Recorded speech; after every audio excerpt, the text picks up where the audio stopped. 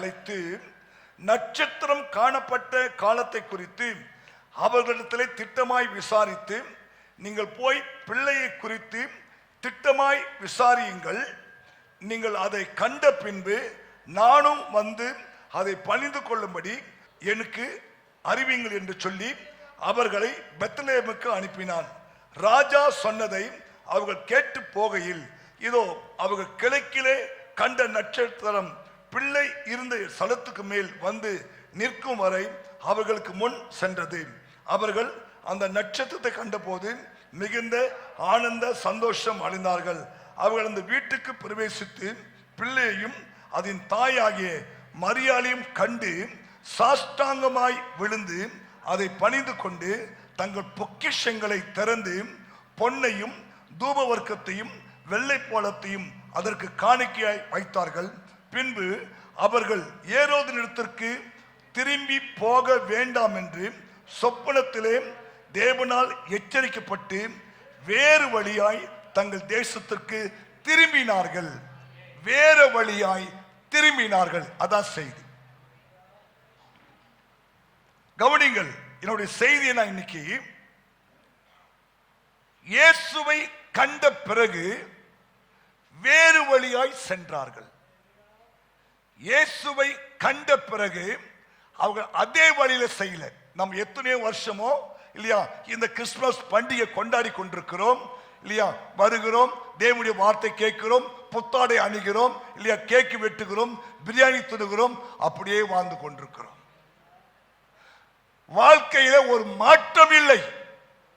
ஆனால் இங்கே சாஸ்திரிகள் இயேசுவை காண வந்தார்கள், கண்டார்கள், கண்டு தேவனால் எச்சரிக்கை பெற்று வேறு வழியாய் சென்றார்கள். ஆமென். ஆகையால் தான் இயேசுவும் காப்பாற்றப்பட்டார், சாஸ்திரிகளும் காப்பாற்றப்பட்டார்கள். ஆமென் சொல்லுங்க. ஆகையால் இன்றைக்கு இயேசுவை காண வந்திருக்கிற நாம் இல்லையா, அதே வழியில போகாமல், பழைய வழியிலே போகாமல் இல்லையா, இருக்கிற மாதிரியே போகாம இந்த வருஷம் வேறு வழியாய் நடந்து தேவ நாமத்தை மகிமைப்படுத்தணும். ஆமென். ஹல்லேலூயா. என்னமா சர்ச்சை போனியா, போன கேக்கு துண்ணியா துண்ண, பிரியாணி துண்ணியா துண்ண, அப்படி ஆயிடக்கூடாது. நம்ம வாழ்க்கை, நம்ம வாழ்க்கையில் ஒரு திருப்பம் இருக்கணும், நம்ம வாழ்க்கையில் ஒரு மாற்றம் இருக்கணும். ஆமென். நாம் இயேசுவை சந்தித்து இருக்கிறேன் இல்லையா, ஸ்தோத்திரம். இனி என் வாழ்க்கையில இல்லையா, இதை நான் செய்ய மாட்டேன், இதை நான் செய்ய மாட்டேன், இதை நான் செய்வேன், இப்படி செய்வேன், இப்படி நடப்பேன், தேவனை மகிமைப்படுத்துவேன், தேவனை ஆராதனை பண்ணுவேன். நல்ல தீர்மானங்களை எடுத்து செயல்படணும்.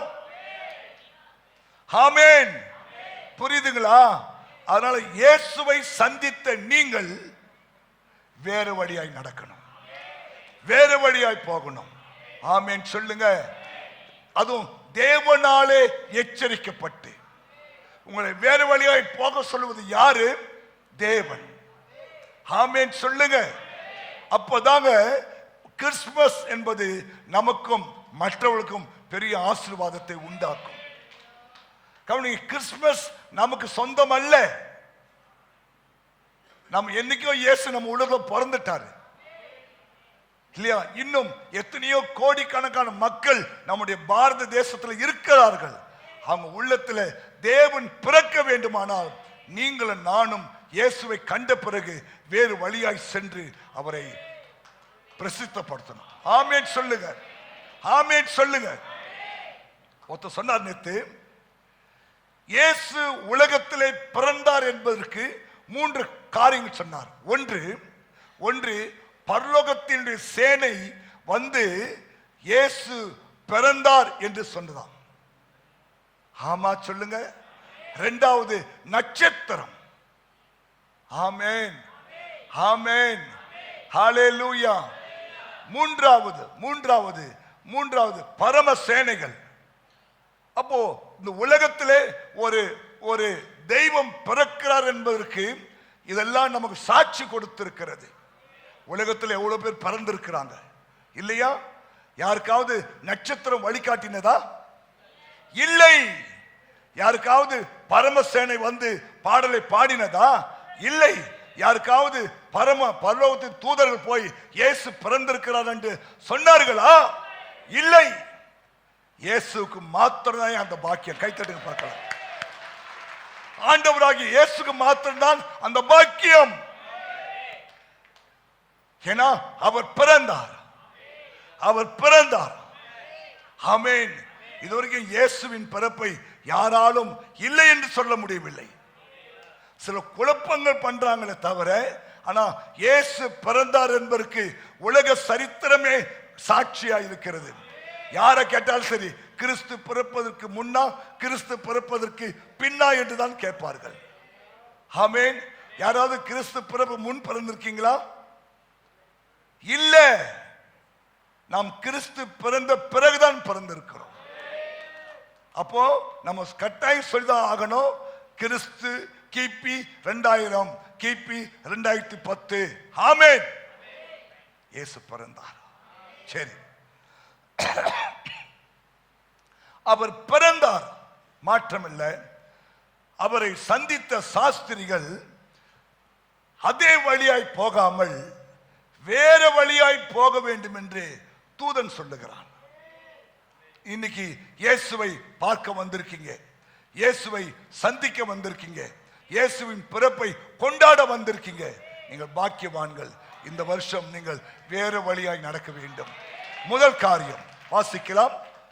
முதல் காரியம் வாசிக்கலாம். 2 சாமுவேல் 22ஆம் அதிகாரம் 31வது வசனம். உத்தமமான ஒரு வழி, பர்ஃபெக்ட் வே. 2 சாமுவேல் 22:31.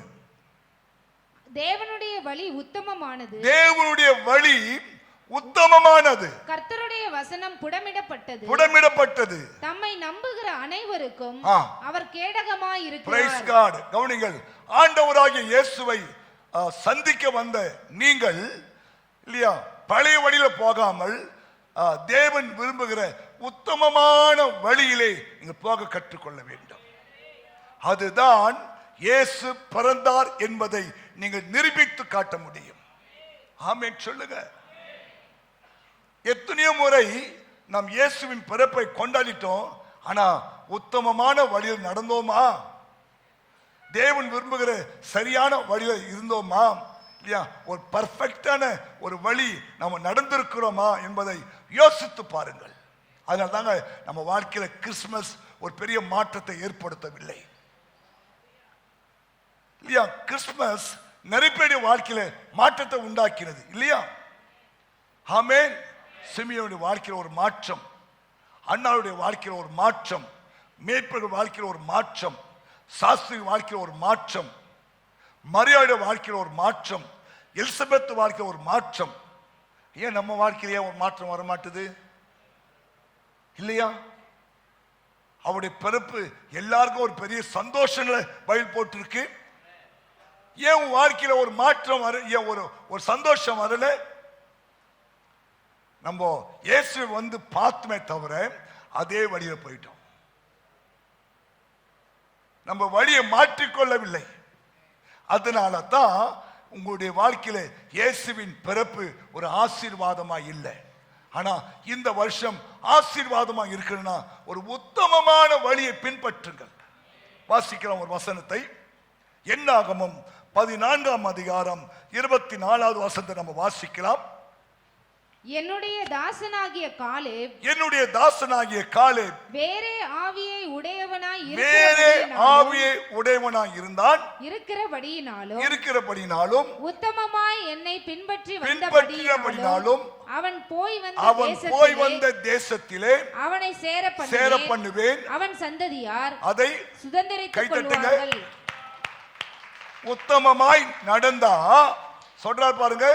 அவன் போய் வந்த தேசத்திலே அவனை சேர பண்ணுவேன். அவன் சந்ததியார் அதை சுதந்தரித்துக் கொள்வார்கள். புரியுதா? ஏன்னா என்னுடைய தாசனாகிய காலேபு வேற ஆவி உடையவன். என்ன ஆவி? வேற ஆவினா மாற்றப்பட்ட ஒரு ஆவி. இயேசுவை சந்தித்த பிறகு இல்லையா, ஒருவன் கிறிஸ்துவுக்குள் இருந்தால் அவன் அவன் புது சிருஷ்டியா இருக்கணும். பழையவன் எல்லாம் ஒளிந்து போகணும், எல்லாம் புதிதாகணும். இருக்கா இருக்கா உங்க வாழ்க்கையில? யோசித்து பாரு, இருக்கா? இயேசுவை சந்திச்சுட்டு போறீங்க, உங்க வாழ்க்கை மாற்றம் இருக்கா? ஒவ்வொரு வாரம் கோயிலுக்கு வர்றீங்க, பிரசங்கம் பண்றாங்க, மாற்றம் இருக்கா? இல்லையே. சொல்றாரு, என் தாசனாகிய காலேபு வேற ஆவிய உடையவன். அப்படின்னா என்ன? தேவனுடைய வார்த்தைக்கு கீழ்ப்படிந்து தேவன் எதிர்பார்க்கிற உத்தமமான வழிக்கு தன்னை அர்ப்பணிச்சவன், அவ்வளவுதான். வேற ஆவி உடையவனா இருக்கிறபடினாலும் உத்தமமா என்னை ஆண்டவர் எப்படி பின்பற்றணும்? பர்ஃபெக்ட். உத்தமம் என்ற வார்த்தைக்கு பர்ஃபெக்ட் போட்டிருக்கு. பர்ஃபெக்டா அவரை பின்பற்றணும். ஆமென் சொல்லுங்க. அப்ப பாருங்க, கிறிஸ்துமஸ் உங்க வாழ்க்கையில சந்தோஷத்தை உண்டாக்கும். கிறிஸ்துமஸ் உங்க வாழ்க்கையில அதிசயங்களை செய்யும். கிறிஸ்துமஸ் உங்க வாழ்க்கையில அற்புதம் செய்யும். இது எப்படி ஆகும்னு நீ கேள்விக்குறியோடு வந்தா கூட அது தேவனாலே கூடும் என்று வார்த்தை நிறைவேறும். ஆமென் சொல்லுங்க. அப்போ ஒரு ஒரு ஒரு உத்தமமான வழியில் நீங்க நடக்க கற்றுக்கொள்ள வேண்டும். அப்ப பாருங்க, நீங்க மாத்திரம் அல்ல, உங்க சந்ததியார் கூட அந்த தேசங்களை சுதந்திரித்துக் கொள்ள தேவன் கிருபை பாராட்டுவார். இன்னைக்கு அந்த உத்தமம் இல்லாதபடினால தான் இன்னைக்கு வாழ்க்கை நல்லா இல்ல. ஆமென். அப்போ இந்த சாஸ்திரிகள் வேற வழியிலே கடந்து போனார்கள். யோசுவா 24:14 சொல்லுகிறார். யோசுவா 24. ஆகையால் நீங்கள் கர்த்தருக்கு பயந்து அவரை உத்தமமும் உண்மையுமாய் சேவித்து உங்கள் பிதாக்கள் நதிக்கு அப்புறத்திலும் எகிப்திலும் சேவித்த தேவர்களை அகற்றிவிட்டு கர்த்தரை சேவிங்கள். என்ன சொல்றாரு? உத்தமம்னா என்ன? நீங்கள் உங்கள் பிதாக்கள் நதிக்கு அப்புறத்திலும் எகிப்திலும் சேவித்த தேவர்களை அகற்றிவிடுங்கள். இருமனம் உள்ளவன் தன் வழியெல்லாம் நிலையற்றவனாக இருப்பான். எத்தனை ஏசுதான் மெய்யான தெய்வம் நம்புறீங்க? அப்போ நீங்க மறுபடியும் அந்த பழைய தேவர்களை எகிப்திலும் சரி நதிக்கு அப்புறத்திலும் சரி அந்த பழைய தேவர்களை நீங்கள் என்ன பண்ணக்கூடாது? சேவிக்க கூடாது. சேவிக்க கூடாது. கவனிங்க, இன்னைக்கு நிறைய பேர் உலகத்துல பொய்யான தீர்க்கதரிசிகள் எழும்பி இருக்கிறாங்க. சொல்லுது, இயேசுவே மெய்யான தெய்வம். எரேமியா 10 சொல்றாரு, இயேசுவே மெய்யான தெய்வம். இயேசுவே மெய்யான தெய்வம். 10:10. கர்த்தரோ மெய்யான தெய்வம். கர்த்தரோ மெய்யான தெய்வம். அவர் ஜீவனுள்ள தேவன். அவர் ஜீவனுள்ள தேவன். நித்திய ராஜா. நித்திய ராஜா. அவருடைய கோபத்தினால் பூமி அதிரும்.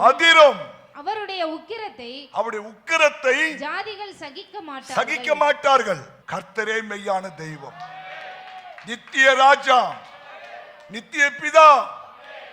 புரியுதா? இதுதாங்க உத்தமமான வழி. வாசிக்க இன்னொரு வசனம், ரூத் எழுதின புஸ்தகம் 3:10. அதற்கு அவன், மகளே நீ கர்த்தரால் ஆசீர்வதிக்கப்படுவாயாக. நீ தரித்திரரும் ஐஸ்வர்யவான்களுமான வாலிபர்களின் பிறகே போகாததினால் உன் முந்தின நற்குணத்தை பார்க்கிலும் உன் பிந்தின நற்குணம் உத்தமமாய் இருந்தது. இது யார் சொல்றா தெரியுமா? போவாஸ். அவளை திருமணம் பண்ண போகிற ஒருவன் சொல்லுகிறான், மகளே நீ கர்த்தரால் ஆசீர்வதிக்கப்படுவாயாக. நீ தரித்திரரும் ஐஸ்வர்யவான்களுமான வாலிபர்களுக்கு பின்னாலே போகாமல் உன் முந்தின நற்குணத்தை பார்க்கிலும் உன்னுடைய பிந்தின நற்குணம் உத்தமமாய் இருக்கிறது. இயேசுவை சந்திச்சுட்டு போறீனா உன் குணம் இன்னும் நல்லா இருக்கணும். ஆமா சொல்லு, உன்னுடைய குணம் நற்குணம் நல்லா இருக்கணும். முந்தின நற்குணத்தை காட்டிலும் இல்லையா? 2020 போயிட்டா, ஆமா, ஸ்தோத்திரம். இந்த வருஷம் உங்களுடைய முந்தின நற்குணத்தை பார்க்கிறோம் இல்லையா, நாளிலிருந்து உங்கள் நற்குணங்கள் உத்தமமாய் இருக்கணும். பிரதர்ஸ், கண்ணு தந்து பாருங்க, கண்ணு தந்து பாருங்க. கண்ணு தந்துக்கிறேன், கை வைத்து காட்டுங்க பார்க்கலாம். நான் கண் தந்துக்கிறேன் பாஸ்டர். எஸ், உங்களுடைய நற்குணம் எப்படி இருக்கணும்? உத்தமமா இருக்கணும். இயேசுவை சந்திச்சிட்டு பிறகு பாருங்க, அவங்க வழியை கர்த்தர் மாற்றினார். ஆமென். அப்ப இந்த வருஷம் உங்க வாழ்க்கையில உங்க வழி நல்ல நற்குணமா இருக்கணும் இல்லையா? ஆமா, அது அது நல்ல ஒரு சேஞ்ச் எடுங்க, ஒரு தீர்மானம் எடுங்க. என்னைக்கும் பழைய புளி நல்லா இருக்கும் குழம்புக்கு, அதுக்காக புளியே வச்சிருந்தோ தோத்திரம் போயிடும். புது புளிக்கு மாறு, புதிய ரசத்துக்கு மாறு. உங்களுடைய நல்ல குணங்கள் வெளிப்படட்டும். போன வருஷம் கொஞ்சம் கோபம் நிறைய இருந்திருக்கும், இந்த வருஷம் அது இல்லாம போட்டோம். பொறாமை இருக்கும், பெருமை இருக்கும் இல்லையா? ஆமா, பெருமை இருந்த போன வருஷம் ஐயா பெருமையில ஆடாத ஆட்டம் ஆடி இருப்போம். இந்த வருஷம் வாடப்பா தாழ்மையா இருப்போம். ஆடணும் எல்லாரும் என்ன பண்ணிட்டாங்க? ஆடிக்கிட்டாங்க. எதுக்கு நம்ம ஆடணும்? சரி, ஓகே இல்லையா? உன் குணம் தெரியணும். இந்த வருஷம் உங்களுடைய நல்ல குணம் எல்லாரும் பார்த்து, பாஸ்டர் நான் அந்த அக்காவை எப்படியோ யோசித்தேன் பாஸ்டர், ஆனா இப்போ அந்த அக்கா சூப்பர் ஆயிட்டாங்கக்கா. ஒரு ஒரு ஒரு ஒரு வாயாடி அம்மா ஒன்று ரட்சிப்படுச்சான். வாயாடி அம்மா, சண்டைக்காரி அம்மா, சண்டைக்காரியும் கோபக்காரி, வாயாடி, 3 பேர் பைபிள் போட்டுக்கு. வாயாடி, சண்டைக்காரி, கோபக்காரி. இப்படிப்பட்ட அம்மா எப்படியோ இயேசை ஏற்றுக்கொண்டு ரட்சிக்கப்பட்டுச்சு. ரட்சிக்கப்பட்ட விஷயம் அந்த நாட்களில் ரட்சிக்கப்பட்டாங்கன்னா மோளந்தாள் ஆச்சு ஆத்துக்கு போயிட்டு ஞானஸ்தானம் கொடுப்பாங்க. அப்படி இந்த அம்மா அப்படி ஊரெல்லாம் போன இந்த ஊரே பார்த்துச்சு. ஓகே, இனி இவன் என்ன பண்ணிட்டா? கிறிஸ்துவ ஆகிட்டா. இனி இவன் என்ன பண்ண மாட்டா? சண்டை போட மாட்டா, வாயாட மாட்டா இல்லையா, பாக்ஸிங் பண்ண மாட்டா அப்படின்னு ஜனங்க தீர்மானம் பண்ணிட்டாங்க. இந்த அம்மா தண்ணி மூலம் வந்தாங்கன்னா, கவனிங்க, தண்ணி மூலம் வந்தாங்கன்னா ஒருத்தர் குடங்க இருக்கக்கூடாதான். இன்னைக்கு இவங்க தீர்மானம் பண்ணிட்டாங்க, நம்ம குடத்தை கொண்டு முன்னாடி வைப்பேன்னு சொல்லி. இந்த அம்மா வந்தது, குடத்தை கொண்டு போய் பின்னாடி வச்சது. அந்த குடத்தை கூட எட்டி வச்சாங்க அந்த ஆட்கள். நம்ம கொஞ்சம் அமைதியா இருந்துச்சு. பிபி ஒரு 110 இருந்தது. இந்த அம்மாவை சிறுமிஷம் பண்ணாங்க, பிபி 140 ஆச்சு. இந்த அம்மா கொஞ்சம் சிறுமிஷம் பண்ணாங்க, பிபி கொஞ்சம் 170 ஆச்சு. இந்த அம்மா கொஞ்சம் சிறுமிஷம் பண்ணாங்க, பிபி 190 ஆயிட்டு. ஆனா ஒண்ணுமே செய்யல. நீ நல்லா இருப்படி, நீ நல்லா இருப்ப, என் கொட்டை எட்டி வச்சுல, நீ நல்லா இரு, நீ நல்லா இரு, உன் புருஷன் நல்லா இருக்கட்டும், பொழுது நல்லா இருக்கட்டும், இப்படி சொன்னாங்களே தவிர அந்த அம்மாவுடைய குணமே டோட்டலா உன் குணம் மாறிடுமா? இந்த வருஷம் மாறணும். அப்பதான் உண்மையான ரியல் இயேசு வாழ்க்கையில பிறந்தார் என்பதை நீ நிரூபிக்க முடியும். ஆமென் சொல்லுங்க. ஹல்லேலூயா. புது ட்ரெஸ் மாட்டினா அப்படியே ஜில் ஜில் ஜில்னு வந்துடுது இல்லை கோயிலுக்கு இல்லையா? ஆமா, அதெல்லாம் எப்போ வேணாலும் வாங்கி கட்டலாம். குணம், அன்பு பெருகணும். இன்னைக்கு ஒரு 10 பேர் கூப்பிட்டு, இயேசு உன்னை நேசிக்கிறாருமா, இயேசு உங்களுக்காக பிறந்திருக்கிறாரு இல்லையா, இந்த கேக்கும் இந்த பிரியாணி சாப்பிடு, உட்கார வச்சு சாப்பிட்டு 2 கேக்கு கொடுத்து மனசார அனுப்பு. அது உண்மையான கிறிஸ்துமஸ் மாறிடும். கிறிஸ்துமஸே கொடுப்பு தாங்க ஆரம்பிச்சது. தேவன் தன் ஒரே பேரான குமாரனை விசுவாசிக்கிற எவனோ அவன் கெட்டு போகாமல் நித்திய ஜீவனை அடையும்படி அவரை தந்தார். புரியுதா? கொடுங்க. ஒவ்வொருத்தரும் ஒரு 10 பேருக்கு என்ன பண்ணுங்க, 10 ஏழைகளை கூப்பிட்டு சோறு போடுங்க, 10 ஏழைகளுக்கு பிரியாணி கொடுங்க. அது உண்மையான ஒரு கிறிஸ்துமஸா மாறும். நம்மளே துண்ணுட்டு நம்ம சொந்தக்காரனே கூப்பிட்டு துண்ணுட்டு இல்லையா? ஆமா, இவன் கிறிஸ்துமஸ் கூப்பிடுவான், அவரு தீபாவளி கூப்பிடுவாரு, பார்த்து பொங்கலுக்கு கூப்பிடுவாரு. நோ, பைபிளே சொல்லுது இல்லையா, சப்பானிகள், ஏழைகள், வழியோர மக்கள்லாம் கூப்பிட்டு உங்களுக்கு திருப்பி கொடுக்காத மக்களுக்கு கொடுங்க. உங்களுக்கு திருப்பி செலுத்த முடியாத மக்கள் ஏராளம் இருக்காங்களே, அவங்களுக்கு கொடுங்க. ஆமே, அது நல்ல குணம்.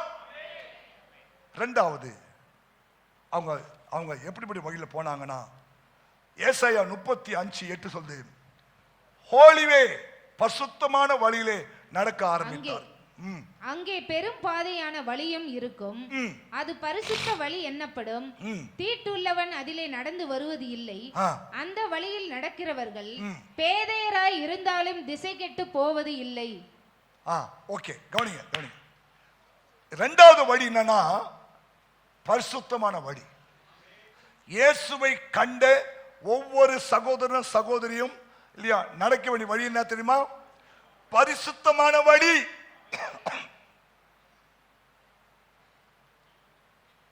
புரியுதா? இந்த வருஷம் தீர்மானம் எடுங்க, தேவன் விரும்புகிற வழி பரிசுத்தமான வழி. ஆமென். எத்தனை விரும்புறீங்க? அதுல நடக்க ஆரம்பிங்க. இயேசு சந்திச்சுட்டு போறீங்க இன்னைக்கு இல்லையா? சொல்றாரு, அங்கே பெரும் பாதையான வழியும் இருக்கும், அது பரிசுத்தமான வழி எனப்படும். தீட்டு உள்ளவன் அதில் நடந்து வருவது இல்லை. பரிசுத்தமான வழியிலே தீட்டு உள்ளவன் நடக்க முடியாது. அந்த வழியிலே நடக்கிறவர்கள் பேதைகளா இருந்தாலும் திசை கெட்டு போவதில்லை. கைத்தட்டுங்க பார்க்கலாம். நீங்க இயேசுவை சந்திச்சுட்டு போறீங்கன்னா உங்க வழி எப்படி இருக்கணும்? பரிசுத்தமா இருக்கணும். நீ பேதையா இருந்தா கூட நீ திசை கெட்டு போக மாட்ட, நல்லா இருப்ப. ஆமென். ஏன்னா தீட்டு உள்ளவன் அந்த வழியை நடந்து வரவே மாட்டான். அந்த பரிசுத்த வழியிலே பரிசுத்தவான்கள் மாத்திரம் தான் நடப்பார்கள். ஆமென் சொல்லுங்க. ஹலோ சிஸ்டர், பிரதர், கவனிங்க. நீங்க இயேசு சந்திக்க வந்துட்டோம், இயேசுவை கொண்டாடிட்டோம் இல்லையா? இயேசுவை பிறந்தார் பிறந்தார் சொல்லி ஒரு வாழ்த்தி ஆராதனை பண்ணிட்டோம் இல்லையா? ஸ்தோத்திரம். அவரை சந்திச்சுட்டு இந்த வருஷம் திரும்பி போகும்போது இல்லையா, உங்க வழி இல்லையா பரிசுத்தமான வழியா இருக்கட்டும். தேவன் விரும்புகிற வழியா, வாலிப பிள்ளைகள், வாலிப தங்கச்சிமாரெல்லாம் இல்லையா பரிசுத்தமான வழியில் நடக்க தீர்மானம் பண்ணுங்க. நீ திசை கெட்டு போக மாட்ட, நீ திசை கெட்டு போக மாட்ட, நீங்க நல்லா இருப்பீங்க. இல்லப்பா இயேசு பிடிக்காதுப்பா, இயேசு இது பிடிக்காது, இயேசு இது விரும்ப மாட்டார். ஆமென் சொல்லுங்க இல்லையா? ஆமா, எதெல்லாம் இயேசுக்கு பிடிக்காதுன்னு நல்லா தெரியுமோ அதை நீ தயவு செய்து ஒதுக்கிடுங்க. இந்த வருஷம் தீர்மானம் எடுங்க. அது எவ்வளவு பெருசா இருந்தாலும் சரி தூக்கி போடுங்க. தேவன் விரும்புகிறது பரிசுத்தமான ஒரு வழி. ஹல்லேலூயா, ஹல்லேலூயா. வாசிக்கலாம். சங்கீதம் 29:2 சொல்லுது, பரிசுத்த ஒரு அலங்காரம். அது ரொம்ப அவசியங்க. நான் அடிக்கடி சொல்ற ஒரு காரியம் அதுதான். எங்க ஒய்ஃபு கேட்டாங்க, எங்க வியாழக்கிழமை தானே கலர் ட்ரெஸ் போட்டிருக்கிறீங்களான்னு கேட்டாங்க. வியாழக்கிழமை தானே கலர் ட்ரெஸ் இல்லம்மா, இதுவே இருக்கட்டும், நல்லா இருக்கட்டும். ஏன் ஏன் ஏன்? தேவன் விரும்புவது பரிசுத்த அலங்காரம். ஆமென் சொல்லுங்க. நேத்து சாயங்காலம் எத்தனை பேர் பியூட்டி பார்லர் போனீங்க? நேற்று சாயங்காலமே நீங்க போனீங்க, நான் பார்த்தேன். இல்லை கொஞ்சம் ஃப்ரெஷ்ஷாக இருக்கட்டும்னு போன பாஸ்டர். அது தேவன் விரும்பல. மோசே 40 நாள் அந்த மலையில் உட்கார்ந்து தேவனை மகிமைப்படுத்தும் போது அவன் முகம் யாருமே பார்க்க முடியாத அளவுக்கு ரொம்ப பிரைட்டா இருந்துச்சு. ஆமென். ஆமா, எனக்கு முடி வெட்டுற சார், ப்ளீச்சிங் பண்ணிக்கிறீங்களா சார்? நல்லா இருக்குன்னு. வேணாயா, இருக்கட்டையா, தோத்துறோம். ப்ளீச்சிங் பண்ணா எனக்கு கோல்டு அட்டாக் ஆயிடுது. எனக்கும் ஆசைதான். ஏன்னா என்ன உலகம் முழுவதும் பார்க்கறாங்க. ஆசைதான், ஆனா ஆவி ஒத்து போக மாட்டேது. ஒரு அலங்காரம், பரிசுத்த அலங்காரம். இயேசுவை கண்ட பிறகு நம்முடைய வாழ்க்கையே டோட்டலா மாறிடும். பிரசங்கி 9 சொல்றாரு, உன் வஸ்திரம் வெண்மையாயும் உன் வஸ்திரங்கள் எப்பொழுதும் வெள்ளையாயும் வெள்ளையாயும் உன் தலைக்கு எண்ணெய் குறையாததாயும் இருப்பதாக. அப்படின்னா என்ன அர்த்தம்? உன் வஸ்திரம் என்னைக்கும் வெள்ளையாயும் வெள்ளையாயும் உன் தலைக்கு எண்ணெய் குறையக்கூடாது. ஏன்? தலை எண்ணெய் வச்சு பாருங்க, அப்படியே அவுத்து போட்டு குளிச்சுட்டு அப்படியே தொந்து போட்டு வரும் பாருங்க, அப்படியே இங்க வரைக்கும் முடி அப்படியே நிற்கும் பாருங்க. அது நமக்கு அழகு இல்லை. இயேசுவை சந்திச்சுட்டு போற பிள்ளைங்க இல்லையா, ஒரு பரிசுத்த அலங்காரம் உனக்குள்ள இருக்கணும். அந்த அலங்காரம் இல்லையா யாருக்கும் இடலா இருக்கக்கூடாது. உங்களுடைய ட்ரெஸ் யாருக்கும் இடலா இருக்கக்கூடாது. உங்க அலங்காரம் யாருக்கும் இடலா இருக்கக்கூடாது. ஹல்லேலூயா. அதுதான் நீங்கள் இயேசுவை சந்தித்த பிறகு உங்களுடைய ரூட்டு. பரிசுத்த அலங்காரம், பரிசுத்த அலங்காரம், பரிசுத்த அலங்காரம். ஹல்லேலூயா. இதெல்லாம் தாங்க நம்ம இயேசுவை சந்தித்த பிறகு நம்ம வாழ்க்கை மாறும்போது கர்த்தர் நம்முடைய வாழ்க்கையை மாற்றி விடுவார். உங்களுக்கு இருக்கிற அந்த வறுமைகள், கஷ்டங்கள், துன்பங்கள், ஏக்கங்கள், எண்ணங்கள் இல்லையா, கவலைகள், துக்கம் எல்லாம் மாறிடும். ஏன்னா பைபிள் சொல்லுது, உன் வழிகள் கர்த்தருக்கு பிரியமா இருந்தா உன் சத்துரு கூட உங்களோட சமாதானம் ஆயிடுவான். உங்கள் வழிகள் தேவனுக்கு பிரியமா இருந்தா உன் சத்துருக்களும் உன்னோட சமாதானம் ஆயிடுவாங்க. ஆமே சொல்லுங்க. நமக்கு சத்துரு யாரும் இல்லை, இருக்கக்கூடாது. யாருக்கா சத்துரு இருக்காங்களா? ஜென்ம பகை பாஸ்டர், ஜென்ம பகை.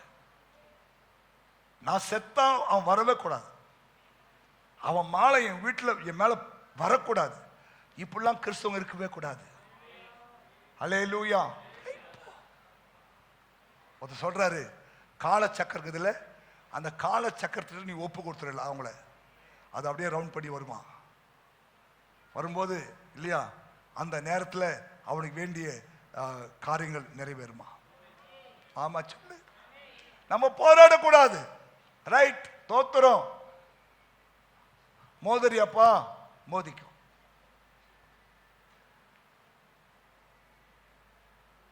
பட்டயத்தை எடுத்தவன் சரி என்ன சொல்றாருன்னா ஒரு அலங்காரம். ஏன்னா பைபிள் அதில் போட்டிருக்கு. நான் அடிக்கடி சொல்றேன், உங்களுக்கு கொஞ்சம் கஷ்டமா இருக்கும், ஆனா உண்மை அதுதான். சாராள் தன் புருஷனாகிய ஆபிரகாமை பார்த்து, ஆண்டவனே இல்லையா சொல்லி அவன் என்ன பண்ணலாம். எடுத்து வாசகம் 1 பேதுரு 3:2. போதனையின்றி மனைவிகளின் நடக்கையினாலே ஆதாயப்படுத்திக் கொள்ளப்படுவார்கள். மயிரை பின்னி பொன் ஆபரணங்களை அணிந்து உயர்ந்த வஸ்திரங்களை உடுத்திக் கொள்ளுதல் ஆகிய புறம்பான அலங்கரிப்பு உங்களுக்கு அலங்காரமாய் இராமல் அழியாத அதான் இயேசுவை சந்தித்த பிள்ளைகளுக்கு தேவன் நடத்துகிற பரிசுத்த வழி. உங்களுக்கு கஷ்டமா இருக்கும். இந்த பெந்தகோஸ்து கோயில் போனாலும் இல்லையா இப்படிதான் சொல்லுவாங்க, அப்படிதான் சொல்லுவாங்க, இதை செய்யாத. அதான பைபிள் சொல்லுது.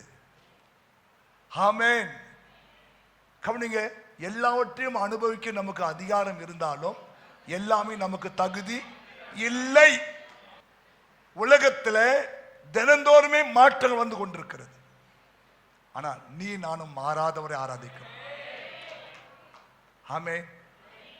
மயிரை பின்னி பொன் ஆபரணங்களை அணிந்து உயர்ந்த வஸ்திரங்களை உடுத்துதலாகிய புறம்பான அலங்கரிப்பு நமக்கு அலங்காரமாய் இராமல் அழியாத அலங்கரிப்பாய் இருக்கிற சாந்தமும் அமைதலும் உள்ள ஆவியாகிய இருதயத்தில் மறைந்திருக்கிற குணம்தான் உனக்கு அலங்காரம். ஆமென். ஆமென் சொல்லுங்க. குணம்தான். நான் அடிக்கடி இந்த பொண்ணு பார்க்குற விஷயத்தை சொல்லுவேன். தம்பி, 50% தான் ஆண்டு என்ன பண்ணுவாரு, ரெடி பண்ணி உங்க கையில் கொடுப்பாரு. 50% நீ தான் என்ன பண்ணணும், உருவாக்கணும். 100% யாருக்குமே கிடையாது. பாஸ்டர் நல்ல பொண்ணுன்னு சொன்னீங்க. பாஸ்டர் நல்ல பொண்ணு தான். 50% நீ தான் உருவாக்கணும். வீட்டுக்கு வந்த பிறகு கல்யாணம் பண்ண பிறகு கையை கடிக்கும், காலை கடிக்கும், இல்லையா? அடிக்கும், பிரண்டும், எல்லாம் செய்யும். நீ தான் அன்பினால் என்ன பண்ணும்? அதை உருவாக்கும். யாருக்குமே 100% இல்லையா பரலோகத்தின் வெகுமதி கிடையாது. பரலோகத்தின் வெகுமதியாகிய ஏவாளே என்ன பண்ணா? பாம்பு பேச்சு கேட்டு இல்லையா ஸ்தோத்திரம் கீழ்ப்படியாம போயிட்டா. நான் சொல்றது புரியுதா? அப்போ அலங்கரிப்பு நமக்கு ரொம்ப அவசியம். ஆண்களா இருக்கட்டும், ஆண்களா இருக்கீங்களா? ஒரு நல்ல பேண்ட், நல்ல ஷர்ட். சர்ச்சை வரும்போது டிஷர்ட் போட்டு வராதீங்க. ஒரு பிரதமர் பார்க்க போறோம், ஒரு முதல்வர் பார்க்க போறோம், டிஷர்ட் போட்டு போவியா? டிஷர்ட் போட்டு போவீங்களா? அப்ப சர்ச்சில் யாரை பார்க்க வரோம்? ராஜாதி ராஜா, கர்த்தாதி கர்த்தா, ஒருவராய் பெரிய காரியம் செய்கிறவர், சாவாமை உடையவர். அவர் பார்க்க வரீங்களே, அப்போ உங்க உடை நடை பாவனை இல்லையா அழகா இந்த மாதிரிலாம் சேவ் பண்ணீங்கன்னு அழகா வரணும்.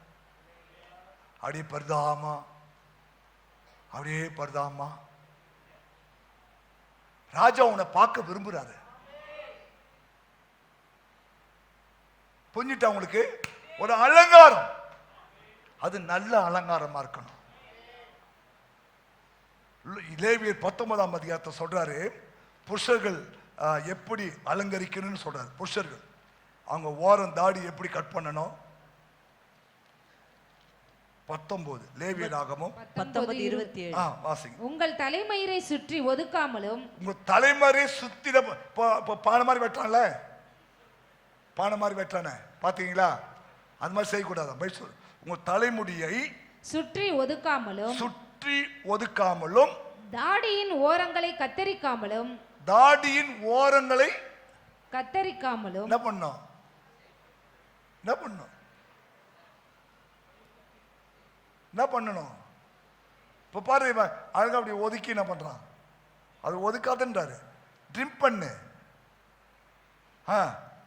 செத்தவனுக்காக உங்கள் சரீரத்தை கீறி கொள்ளாமலும் அடையாளமான எழுத்துக்களை உங்கள் மேல் குத்தி கொள்ளாமலும் தாட்டோ பாருங்க. அப்பயே சொல்றாரு ஏசப்பா, தப்பு.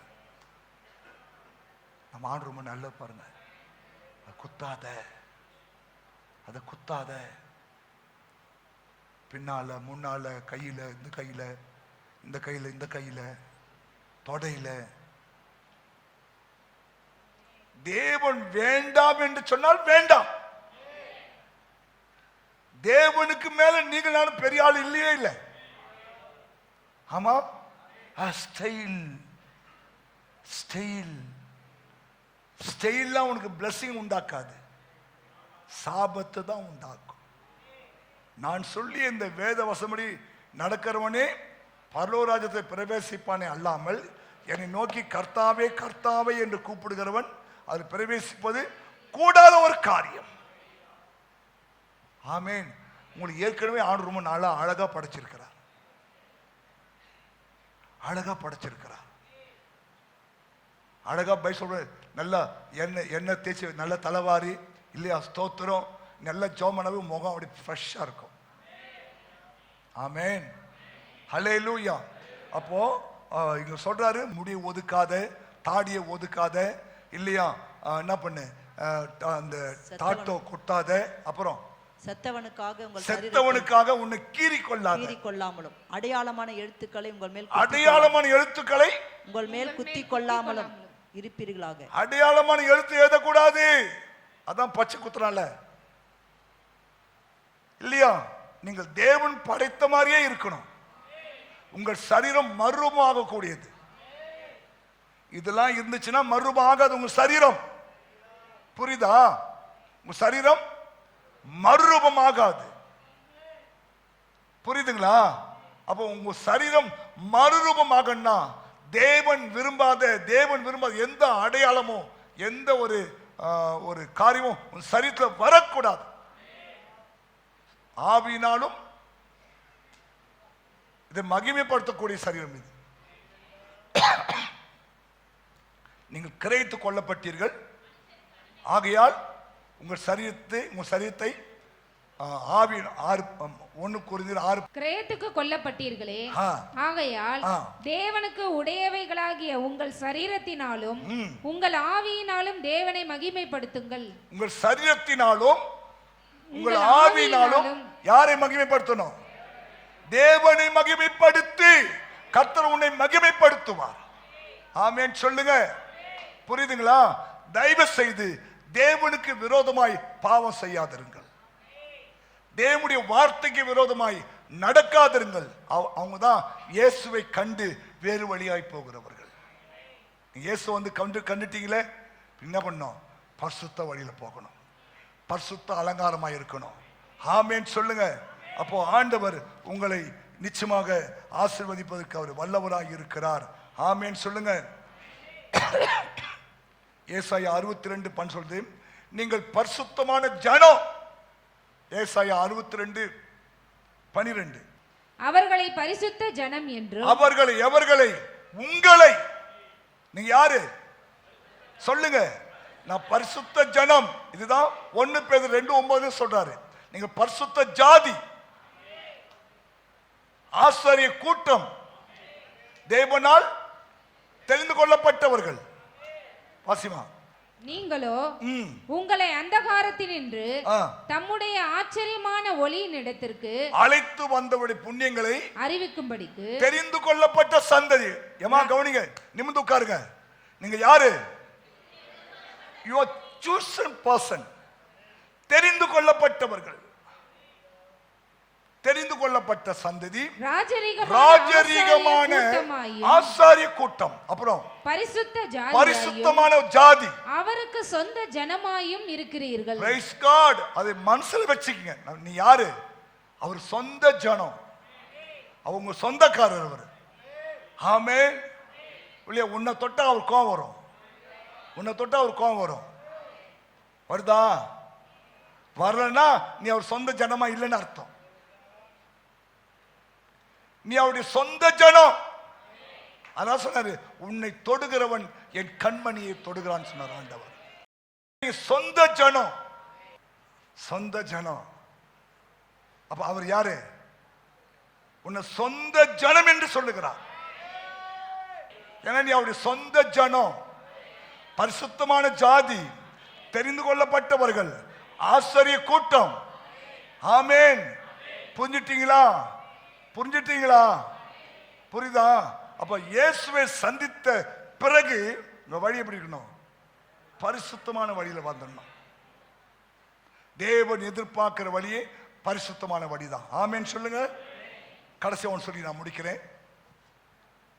ஏன்னா உங்களுக்கு இப்போ எல்லாமே எது மாதிரினா, எப்போ கறி வாங்கலாம், எப்படி பிரியாணி பண்ணலாம், இல்லையா? தோத்திரம், ரைட். நாங்கள் சொல்ல வேண்டிய கடமை இது. இயேசு சொல்ல சொன்னாரு, அதை சொல்லி கொண்டிருக்கிறேன். வாசிங்க. ஆகாய் 1:5-7. உங்கள் வழிகளை சிந்தித்து பாருங்கள். உங்கள் வழிகளை சிந்தித்து பாருங்க. இப்போதும் சேனைகளின் கர்த்தர் சொல்லுகிறார், உங்கள் வழிகளை சிந்தித்து பாருங்கள். நீங்கள் திரளாய் விதைத்தும். கவனிங்க. இன்னைக்கு உங்க வாழ்க்கையில எத்தனையோ முறை வந்து இயேசு சந்திச்சிட்டீங்க இல்லையா? 10 வருஷமா இந்த கிறிஸ்மஸ் கொண்டாடுறோம். கை வைத்துங்க. 10 வருஷமா கிறிஸ்மஸ் கொண்டாடுறோம் பாஸ்டர். அப்படியே நீ ரட்சிக்கப்பட்டு 10 வருஷம் ஆகுதுன்னு அர்த்தம். 10 வருஷமா இந்த கிறிஸ்மஸ் கொண்டாடுறேன்னு சொல்ற, கை வைத்து காட்டுன்னு சொன்னேன். 1 2 3 4 இதுல கூட போய் சொல்லுவேன். எனக்கு 33 வருஷம் ஆகுது இல்லையா? அப்போ உங்க வழியை சிந்திச்சு பாரு. நீ திரளா விதைக்கிற, கொஞ்சமாய் அறுத்து கொண்டு வருகிறீர்கள். ஏன் திரளாய் விதைக்கிறீங்க? திரள தானே கிடைக்கணும். ஏன் கொஞ்சமா இருக்கிற? நீங்கள் புசித்தும் திருப்தி ஆகவில்லை. ஏன் திருப்தி ஆகல? குடித்தும் பரிபூர்ணம் அடையல. நீங்கள் வஸ்திரம் உடுத்தியும் ஒருவனுக்கும் குளிர் விடவில்லை. கூலியை சம்பாதிக்கிறவன் பொத்தலான பையிலே போடுகிறவனாய் அதை சம்பாதிக்கிறான். ஏன் இயேசுவை சந்தித்த பிறகும் நீ உன் வழியை சிந்திச்சு பார்க்கல? ஏன் நம்ம வாழ்க்கை இப்படி போய் கொண்டிருக்கு இல்லையா? இந்த இயேசு ஏற்றுக்கொண்டோம், ரட்சகரை ஏற்றுக்கொண்டோம் இல்லையா? இல்லையா, நம்முடைய பாவத்தை மன்னிக்க ஏற்றுக்கொண்டோம், சமாதான கர்த்தரை ஏற்றுக்கொண்டோம். ஆனால் நம்ம வாழ்க்கையில் ஏன் மாற்றம் வரல இல்லையா? ஏன் நம்ம வாழ்க்கையில் ஒரு ஆசீர்வாதம் வரல? சிந்திச்சு பாரு, அப்போ உங்களுக்கு ஒரு ஆசீர்வாதம் கிடைக்கும். ஆமென் இல்லையா? நானும் அடிக்கடி சிந்திப்பேன், எங்க நம்ம தவறுகிறோம், எங்க நம்ம தவறுகிறோம், எங்க நம்ம தப்பு பண்ணியிருக்கிறோம். காலைல என்ன சாப்பிட்டோம், ஏன் இந்த வாமிட் வருது, காலைல என்ன சாப்பிட்டோம் அப்படியே நீ யோசிச்சுனா, ஓ இந்த காரியத்தை நம்ம சாப்பிட்டால்தான் இந்த தப்பு நடந்திருக்கு, இனி இதை செய்யக்கூடாது. புரிஞ்சுட்டா? புரியுதா? சிந்தியுங்கள். சொன்னாரு, நீ சிந்திக்க தவறினால் சந்தி சிரிக்குமா? நான் சொல்ல சாமி, ஒரு மகான் சொல்றார், நீ சிந்திக்க தவறினால் உன் வாழ்க்கை சந்தி சிரிக்குமா? தேவையா? நம்ம வாழ்க்கை தேவன் மகிமைப்படணும், உங்க வாழ்க்கை தேவனை மகிமைப்படுத்தணும். புரியுதா? சிந்தியுங்கள். ஏன் நமக்கு இப்படிலாம் நடக்குது இல்லையா? எவ்வளோ கம்பெனி அப்டேஷன் போடுறோம், நமக்கு வேலை கிடைக்க மாட்டேது. உன்னோட படிவில் கம்மியானவன் நல்ல வேலைக்கு போய் சேர்றான். புரியுதா? புரியுதா? உனக்கு பின்னாடி வந்தவங்க நல்லா இருக்காங்க, நல்லா இருக்காங்க இல்லப்பா? எத்தனை வீடு கட்டிக்கிற? எத்தனை வீடு கட்டியிருக்கிற? 3 வீடு கட்டியிருக்கிறாரு. வரும்போது பரிதாபமா இருந்தாரு. நீ 3 வீட்டு சொந்தக்காரர்,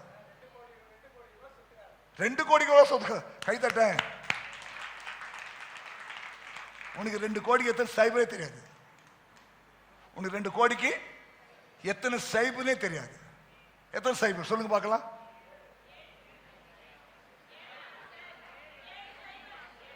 7 சைபர். இந்த 7 சைபரை வாங்கிறதுக்கு எவ்வளவு கஷ்டப்படணும். ஆனா ஆண்டவர் செய்வார்.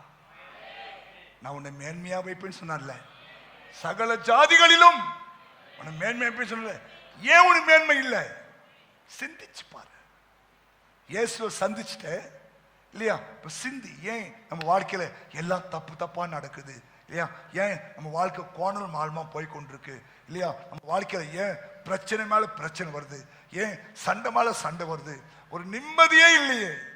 சிந்தி. இயேசுவை சந்திச்சுட்டல, நீ சிந்தி. கர்த்தர் சொல்லுவார், பேச மகளே, நீங்க தப்பு பண்ற, நீங்க தவறு பண்ணுகிற. 2 வருஷம் உன் வழியை சிந்திச்சு பார், உன் வழியை சிந்திச்சு பார், உன் வாழ்க்கையை சிந்திச்சு பார், உன் குடும்பத்தை சிந்திச்சு பார்.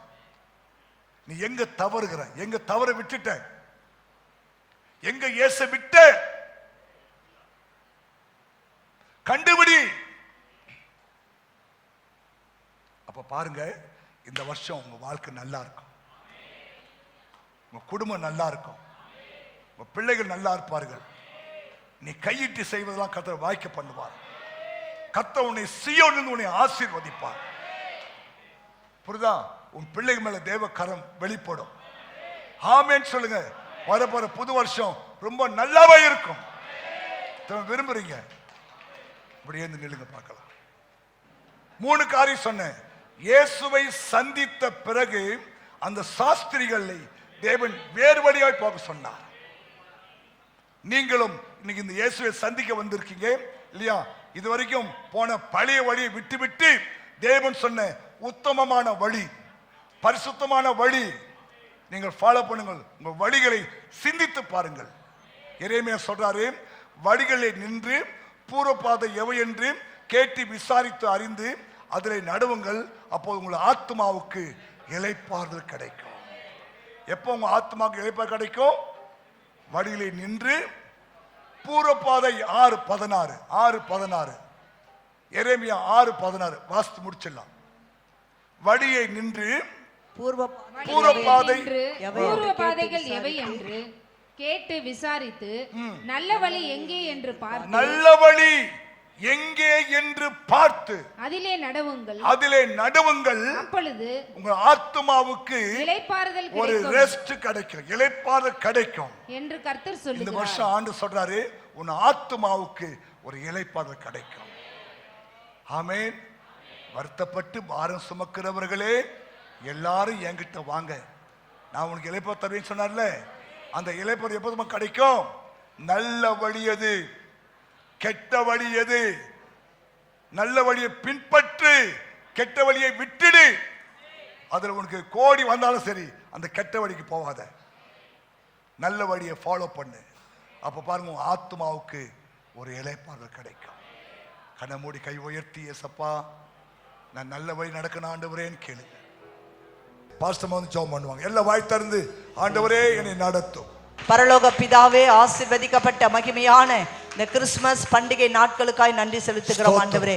கர்த்தாவை ஸ்தோத்திரிக்கிறோம். நாட்களை விசேஷித்து கொள்ளுகிறவர்கள் அது கர்த்தருக்காய் விசேஷித்து கொள்ளுகிறார் என்ற வார்த்தைப்படி இந்த வருடத்துடன் இந்த பண்டிகை நாட்களை நாங்கள் விசேஷித்த விதமாய் ஆசரிக்க கர்த்தர் கொடுத்த கிருபைக்காய் நாங்கள் நன்றி செலுத்துகிறோம் அப்பா. ஆண்டவரே, இல்லாதவர்களுக்கு பங்குகளை கொடுக்கவும் புசிப்பும் குடிப்பும் தேவனுடைய ராஜ்யம் அல்ல, அது நீதியும் சமாதானமும் பசுத்த ஆவினால் உண்டாகும் சந்தோஷமாய் இருக்கிறது ஆண்டவரே. கர்த்தாவே, இந்த உலகத்திலே இயேசு கிறிஸ்து எப்படி பிறந்த போது எவ்வளவு சந்தோஷம் உண்டானதோ அதே சந்தோஷம், அதே மெய்யான சந்தோஷத்தை கர்த்தர் இன்றைக்கு வந்திருக்கிற ஒவ்வொரு பிள்ளைகளுடைய வாழ்க்கையிலும் நீர் கொடுப்பதற்காய் நன்றி அப்பா. இவருடைய துக்கங்களை கர்த்தர் சந்தோஷமாய் மாற்றுவீராக, இவர்களுடைய புலம்பலை ஆனந்த களிப்பாக மாற்றுவீராக. துன்பத்தை கண்ட வருஷங்களுக்கும் ஆண்டவரே கர்த்தாவே, சிறுமைப்பட்ட நாட்களுக்கும் என் தேவன் சரியாய் மகிழ்ச்சியாக்கும்படியாய் ஜெபம் பண்றப்பா. இன்றைக்கு ஆண்டவர் யாராவது வியாதியோடு பலவீனத்தோடு அல்லது துக்கத்தோடு கூட வந்திருப்பார்கள் என்று சொன்னால் என் தேவன் அவர்களை மகிழ்ச்சியாக்குவீராக அப்பா. அவருடைய குறைவுகள் எல்லாவற்றையும் கிறிஸ்தேசு மகிமையிலே கர்த்தர் நிறைவாய் மாற்றுவீராக. அவருடைய எண்ணங்கள் ஏக்கங்களை கர்த்தர் நிறைவேற்றுவீராக. இந்த நாளில் இந்த ஆலயத்திற்கு வந்தது நல்லது என்று சொல்லத்தக்கதாக கர்த்தருடைய வாழ்க்கையிலே அற்புதங்களை செய்வீராக. அந்த ஆண்டவராகிய இயேசு கிறிஸ்து ஆண்டவருடைய வாழ்க்கையிலே நீர் வருவீராக அப்பா. தேவன் தம்முடைய ஒரே பேரான குமாரனை விசுவாசிக்கிற எவர்களோ அவர்கள் கெட்டு போகாம நித்திய ஜீவனை அடையபடிக்கு அவரை தந்தருளி இவ்வளவாய் உலகத்தில் அன்பு கொண்ட என் தேவன் வந்திருக்கிற ஒவ்வொருவரையும் கர்த்தர் ஆசீர்வதிங்கப்பா. உடைய அன்பை அவர்கள் ஆண்டவரை வெளிப்படுத்தட்டும், அவருடைய அன்பை அவர்கள் புரிந்து கொள்ளட்டும், தொடர்ந்து அந்த ஆண்டவருக்கு சாட்சியா ஜீவிக்கட்டும் அப்பா. இவர்கள் ஒரு நடமாடும் இயேசு கிறிஸ்துவாக அவர்கள் இருக்கிற பகுதிகளிலே இருந்து தேவனுடைய நாமத்தை உயர்த்தட்டும் அப்பா. நாமம் மகிமைப்படட்டும். இந்த ஆராதனைக்கு உதவியாயிருந்த ஒவ்வொரு பிள்ளைகளையும் கர்த்தர் ஆசீர்வதிப்பீராக. நாமம் மகிமைப்படட்டும். புறப்பட்டு போகும்போது பாதுகாப்பு இருக்கும்படியா ஜெபம் பண்றப்பா. எல்லா துதி கன மகிமை எல்லாவற்றையும் உமக்கே செலுத்துகிறோம். ஆண்டவராகிய இயேசு கிறிஸ்து மூலமாய் ஜெபிக்கிறேன் நல்ல பிதாவே, ஆமென். ஆமென். என் ஆத்துமாவே கர்த்தரை ஸ்தோத்திரி, முழு உள்ளமே பரிசுத்த நாமத்தை ஸ்தோத்திரி. என் ஆத்துமாவே கர்த்தரை ஸ்தோத்திரி. கர்த்தர் செய்த சகல உபகாரங்களையும் மறவாதே. நம்முடைய பிதாவாகிய தேவனுடைய அன்பும் கர்த்தராகிய இயேசு கிறிஸ்துவின் கிருபையும் பரிசுத்த ஆவியானுடைய ஐக்கியமும் இப்போதும் எப்போதும் சதா காலமும் கர்த்தருடைய வருகை மட்டுமே நம்மை காத்துக்கொள்வாராக. கர்த்தர் உன்னை ஆசீர்வதித்து உன்னை காக்க கடவர். கர்த்தர் தம்முடைய முகத்தை உண்மையில் பிரகாசிக்க பண்ணி உண்மையில் கிருபையா இருக்க கடவர். கர்த்தர் தம்முடைய முகத்தை உண்மையில் பிரசன்னமாக்கி உனக்கு சமாதானம் கட்டிட கடவர் என்பதே. ஆமென்.